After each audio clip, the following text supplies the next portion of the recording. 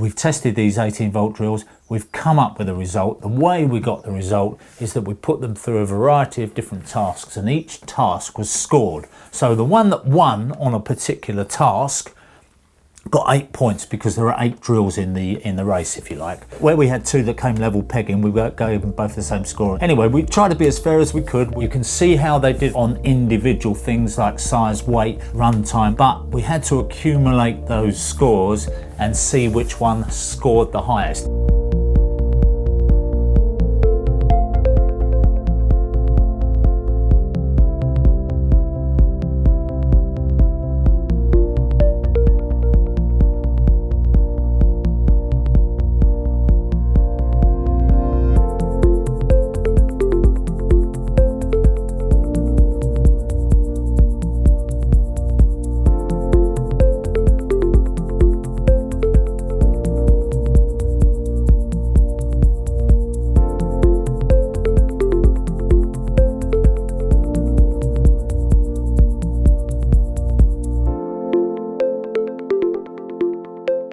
So they accumulated points in each category. That's the important thing. So over a variety of different tasks, and also we're taking into account weight and size and price, in other words, bang for bucks. And what we did is we added up all those at the end and we gave them their accumulated scores.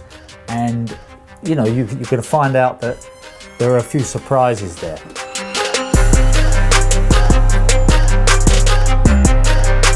The one that came number 8, if you like, for various reasons. One, it's not a fantastically high torque model, so it didn't score particularly high on the torque.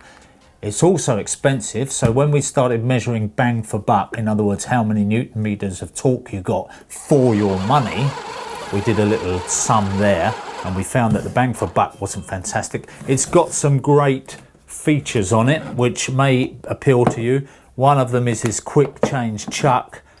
If you know Festool, you know that everything that's coloured green has got a function. That's the way they do it. So this chuck, you can lock it in position there. I find that slightly, you've got to get your fingers in there, but you've got several positions you can lock it in, and then you can change back to your ordinary chuck for doing your ordinary drilling, or if you want to do a bit of straight screw driving or whatever, then you've got your 1/4 inch hex chuck bit holder, if you like, there, which you can use. So you can swap it around as you want. And when you swap it around, what I did in the first test was make a mistake. I didn't have that right over onto the drill settings. The drill setting at either side of the torque setting. So long as you're pushed right over, you'll be fine. But what I did is I had it not quite pushed over, and I went to use it with a flat bit, and it wasn't doing it, and I didn't suss out. Thanks to Nippy Chippy for coming in and giving me a comment below and saying, "You sure you had that pushed over, Roger? Because I did exactly the same thing when I bought that drill." So he had the same problem, and he sussed out what was going on there, so he passed that information on. And I love that. I love the fact you guys are out there, Zedman, all the rest of you out there giving us feedback, and keep that comment coming, because that to me is the real value of these tests, that we get that comment from you.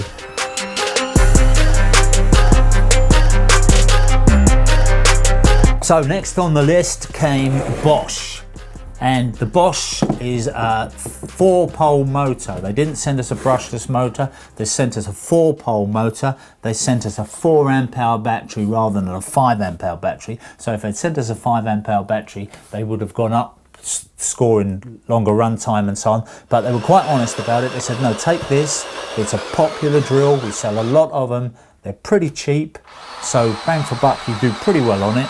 And it's robust. You can see it's built like a tank, actually. The only thing I would say is that chuck is not particularly true. If you look at it, it wobbles about like mad. Can you see that? Now that won't matter to a lot of people, but it just shows you the level of engineering. I mean, if you look at Makita, I've been to the Makita factory actually, and when they have a chuck, they put it onto a lathe and the armature, and they just spin the thing so it's a bit more true. But of course that costs money to do, so you know, made in China, chop them out, value for money drill, robust brush motor, heavy but pretty powerful. It went through all the tasks pretty easily.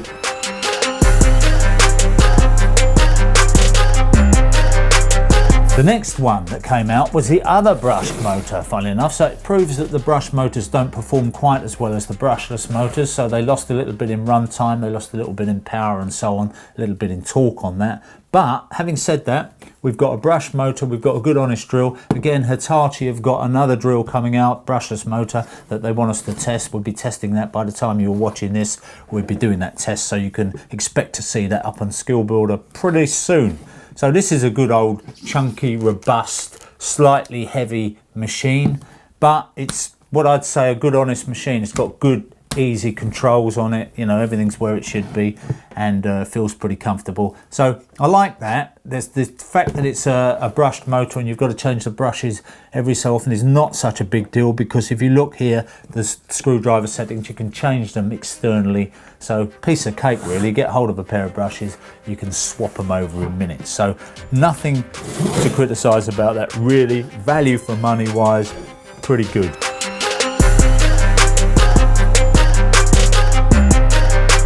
The next thing was quite a surprise to me. What we actually finished up level pegging in the score sheets was the Makita, the DeWalt and the Panasonic. Now you've got to imagine the Panasonic here, because the guys been and collected it already. They need that back. We had a pre-production sample of it, so it wasn't even fully badged up. So they've got that, they've taken that away, unfortunately. But we have used it, we have tested it, so the only thing it didn't appear was in the final parade, if you like. But these tools came out the same. Now, this has got 80 Newton meters of torque, so you can see that there's going to be a difference straight away there. But this has got the 3-speed gearbox, so where you haven't got the sheer grunt in it, you've got the gearbox doing the work. So it's a good way to go.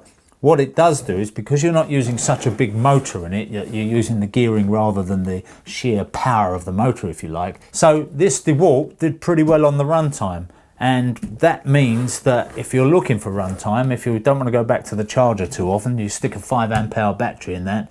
So long as you're not doing anything with too high a torque demand, then you're going to get good runtime out of that. So if you're just drilling small masonry bits, doing fixings, things like that all day long, and you just want to take that one drill out and one battery, you're going to get very good work out of that indeed. So there you are. There's a Panasonic was there as well. As I say, the Panasonic's gone. The Makita, great torque, pretty good all-round drill.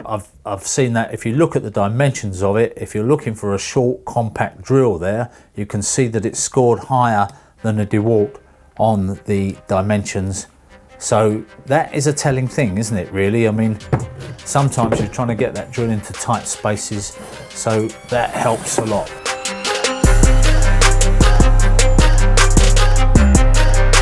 Now the next one, the one that surprised me quite a lot, because it didn't do so well on our original 18 volt test, and I suddenly thought maybe Metabo isn't what it was, but it did very well indeed. It's got good torque, it's very compact. Again, if you look at that, you saw the Makita was a short drill, and if you look at that, you can see that that's not a million miles away from it. So pretty compact, pretty lightweight, got good torque, and pretty decent runtime actually. Again, because it's got a 5.2 amp hour battery, you kind of expect it to give you more than the 5 amp hours, and that was borne out by that. It's got this little speed control at the front, which is also a torque setting. Now that's useful because you can obviously just run it down. If you're using it on its sort of lower torque, if you like, it will slow the motor down, because if you're doing that, you don't really want it driving in and suddenly stopping like that. So it's an interesting idea. Up at the other end of it, where we've got maximum torque, we get maximum speed. Now, if we're doing drill driving, we can swap the chuck over for the hex bit that comes with it. That's got a quick change chuck, so we can do that. And if we're swapping between drilling and screw driving, rather than having to mess around down here and change our torque setting, we can leave our torque setting where it is, down there, say. And then all we've got to do when we want to go to drilling, we just press the button. So rather than having to mess around there, you can swap between having torque setting on and not having the torque control on, the torque limiter on, just simply by pressing that button on the top. What we've also got down here in that position, you can see the light flashing. That's the pulsing. Now that pulsing allows the drill bit on a slippery ceramic tile to just center without skidding around, because it's just giving you a tiny little hit. But what it's also doing is, because it's starting with its hard torque, which is the maximum torque that it gets, it's kind of shocking the bit. So if you're undoing an old rusted screw, maybe you're taking some doors off and they're a bit stubborn, you can just put that on, put that pulsing action on, and shock it out. But don't use it all the time. It's not something that's supposed to be used for driving screws in. It's not actually an impact driver. It works slightly differently. It's using the electronics and the startup. In other words, all it's actually doing is switching the drill on and off very, very quickly indeed.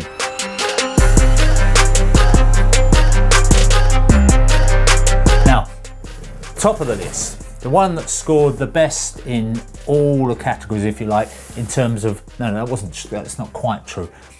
When you add up the scores, the Milwaukee scored the highest on all those things. Even though it didn't win on things like runtime, it wasn't as good as the DeWalt on runtime, but it's got a bigger motor, so it's like driving a V8 Chevy up the motorway. You wouldn't expect to get the same kind of MPG out of a big motor as you do out of a smaller one. So the fact that it's got 130 Newton meters of torque meant that it scored pretty highly. It won on the torque, hands down. It did pretty well on some of the others. It did reasonably well.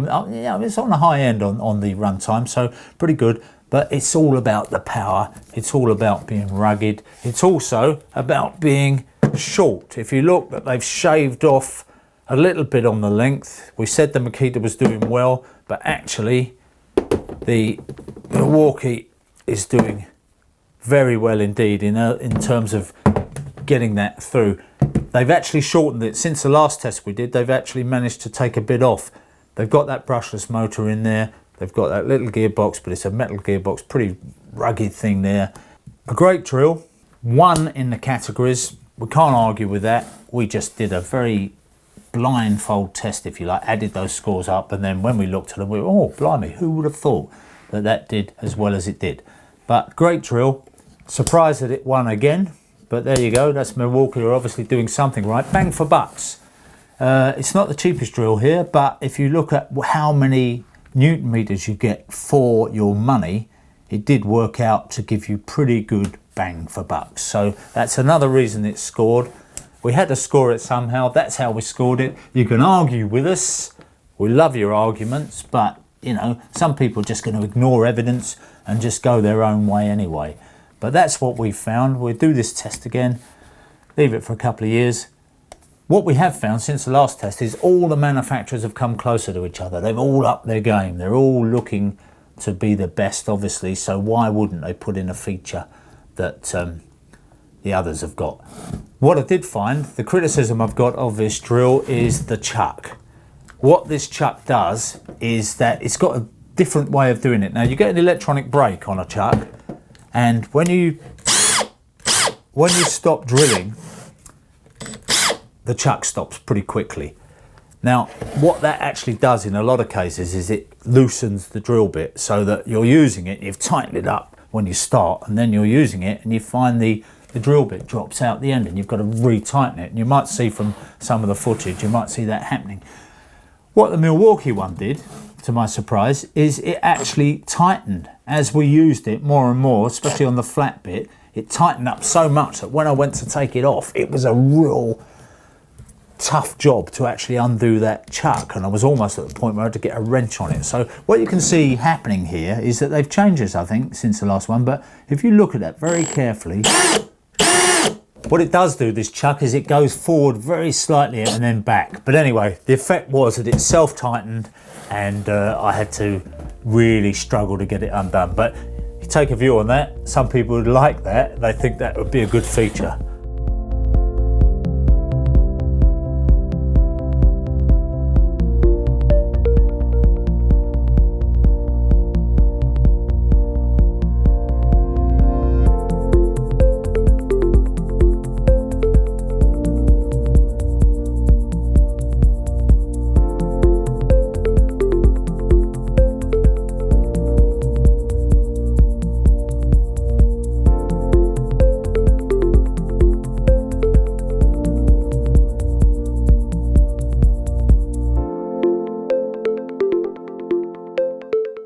Okay, so that's the end of the test. I hope you found that interesting. We tried to do it as fairly as possible without fear or favour. We really didn't know which one was going to win, and we just took a sort of blind scientific approach to it, added up the scores in the end, and they did surprise us a bit as well. So I hope they surprised you. But if you've got more to add to it, this is a debate. It's something we want to get a bit of dialogue going on.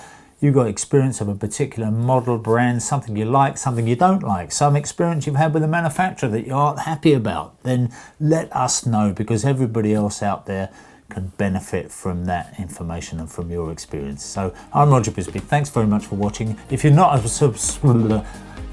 subscriber, be a subscriber. We love subscribers. We want this channel to grow. We want it to get more powerful, and the only way we can do that is by getting loads of viewers, loads of subscribers. We want to be the best, and we're going to keep struggling and striving to do that.